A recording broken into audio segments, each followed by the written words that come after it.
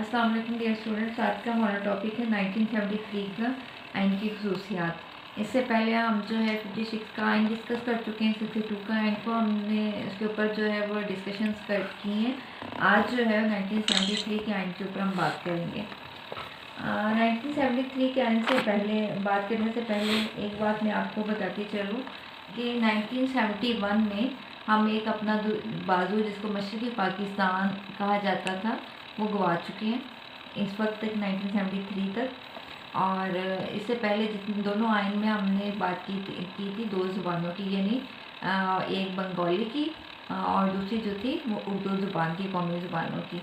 ठीक है, अब यहाँ पे ये इस वक्त जो सिचुएशन थी वो ये थी कि हम जो है वो मशरक़ी पाकिस्तान अब हमारा हिस्सा नहीं था। अब हमारे पास एक ही जो है वो मगरबी पाकिस्तान का जो एरिया था वो ही पाकिस्तान जो था वो हिस्सा था, और इसलिए भी नए आइन की ज़रूरत थी महसूस हुई। और इस आइन में जो थी इसकी खसूसियात में भी इन चीज़ों को शामिल किया गया। तो जैसे जैसे हम डिस्कस करेंगे आपको पता चलता जाएगा। सबसे पहले तो हम बात करते हैं मुल्क के नाम की। अब इसमें मुल्क के नाम के साथ साथ इलाकों की भी वजाहत की गई, और वो वजाहत क्यों ज़रूरी थी उसकी वजह मैंने आपको बता दी है कि हम अपना 71 में जो है मशरक़ी पाकिस्तान वाला हिस्सा गंवा चुके थे। इसलिए जो है 1973 के आइन में जब आइन को 1973 के आइन को तश्कील दिया गया तो उसमें मुल्क के नाम के साथ साथ इलाकों की भी वजाहत की गई कि पाकिस्तान में अब कौन कौन से इलाके या रियासतें जो हैं वो शामिल हैं।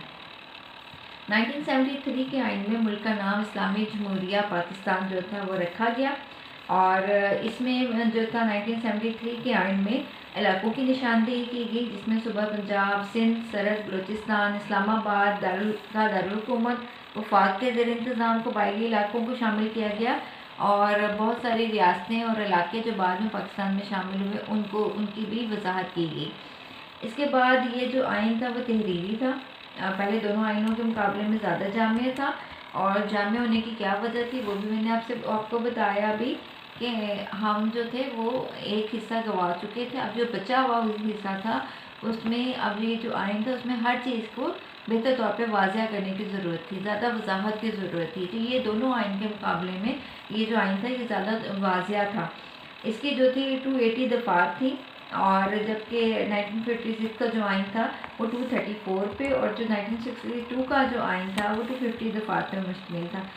अब ये जो आइन था ये नीम इस्तवार था। नीम इस्तवार से मुराद है कि ना ही ये इस कदर जो था इस्तवार था कि इसमें तब्दीली ही ना लाई जा सके, ना ही ये इस कदर लचकदार था कि इसको जो है जब दिल चाहे इसमें तब्दीली लाई जा सके। तो यानी ये दरमियाना था, ना ही बहुत ज़्यादा नरम था और ना ही बहुत ज़्यादा सख्त था। यानी इसमें जो है तब्दीली लाई भी जा सकती है, लेकिन वो तब्दीली इतनी आसानी से नहीं लाई जा सकती। ठीक है, ये चीज़ तो आपको समझ आ चुकी होगी। यानी अब क्या किया जाए, इस आइन में तब्दीली कैसे लाई जा सकती है। इस आइन में जो कौमी असम्बली है जो उसकी 2 तिहाई अक्सरियत और सेनेट की जो है वो अक्सरियत जो थी वो तरमीम जो थी आइनी तरमीम लाई जा सकती थी। लेकिन 1985 के बाद आइनी तरमीम के बाद अब इसमें क्या किया जा सकता है, अब इसमें दोनों ऐवानों की 2 तिहाई अक्सरियत जो है वो मंजूरी देगी तो कोई तरमीम जो है वो लाई जाए। तरमीम का मतलब है तब्दीली। जो पहले से कानून बना हुआ है उसमें अगर कुछ तब्दीली करनी है तो उसके लिए अब आपको कौमी असम्बली और सेनेट दोनों की मंजूरी जो है वो लेनी पड़ेगी। ठीक है, और 2 तिहाई अक्सरियत अगर उसको मंजूर करेगी तो ही आप उसमें तब्दीली कर सकते हैं। सरकारी मज़हब की इसमें जो है वो वजाहत की गई कि मुल्क का जो इस्लाम जो है उसका मुल्क का सरकारी मज़हब होगा। जबकि हमने जो दोनों पहले आइन पढ़े थे उसमें किसी भी सरकारी मज़हब की ऊपर बात नहीं की गई थी कि मुल्क का सरकारी मज़हब कौन सा होगा। इसमें पहली दफ़ा ये बात की गई कि मुल्क का सरकारी मज़हब इस्लाम है। इसके बाद है पार्लिमानी तर्ज हुकूमत की। इसमें बात की गई कि 1973 के जो आइन था उसमें मुल्क में पार्लिमानी तर्ज हुकूमत राइज किया गया। सदर को बराए नाम इख्तियारात दिए गए और ज़्यादा इख्तियारात जो थे वो वज़ीर आज़म को दिए गए। वफाकी निज़ाम हुकूमत जो था वो 1973 के आइन के तहत जो था वफाकी निज़ाम हुकूमत कायम किया गया, जिसके तहत वफाकी हुकूमत और चारों सूबों की हुकूमतों को जो था वो इसमें शामिल किया गया। और पहल जो था वो मशरक़ी पाकिस्तान के लिए भी गुंजाइश रखी गई थी, लेकिन जब चूँकि बाद में बांग्लादेश बन गया تو یہ گنجائش جو تھی وہ ختم کر دی گئی۔ 2 ایوانی مقننہ اس میں جو تھا پہلی بار جب ہم نے پہلا پڑھا تھا دونوں قوانین، تو اس میں یک ایوانی مقننہ کی بات کی گئی ہے۔ اس میں جو ہے مقننہ 2 ایوانی ہوگی، یعنی جو پارلیمنٹ کے دونوں ایوان ہیں، ایوان بالا اور ایوان زیری، وہ جو ہیں اس میں شامل کیے گئے۔ اس کے بعد عدلیہ کی آزادی کی اس میں بات کی گئی کہ عدلیہ اپنے فیصلوں میں آزاد ہوگی، اس کے اوپر کسی قسم کا دباؤ نہیں ہوگا۔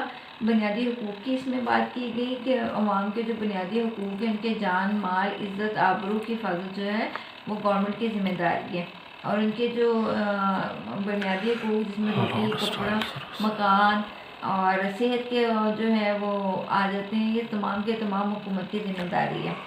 اس میں براہ راست طریقۂ انتخاب کی بات کی گئی، جبکہ ہم 1962 کا جو قانون پڑھا تھا، دستور پڑھا تھا، تو اس میں ہم نے پڑھا تھا کہ بی ڈی سسٹم کی بات کی گئی تھی اس میں، کہ اس کے تحت جو بنیادی جمہوریت کا نظام جو تھا وہ بنایا گیا، جس کے تحت آپ جو تھے ان کو ووٹ کاسٹ کریں گے، اور وہ آگے سے جو آپ کا نمائندہ جس کو آپ چن رہے ہیں، آپ اس کو جو ہے وہ ووٹ کاسٹ کریں گے۔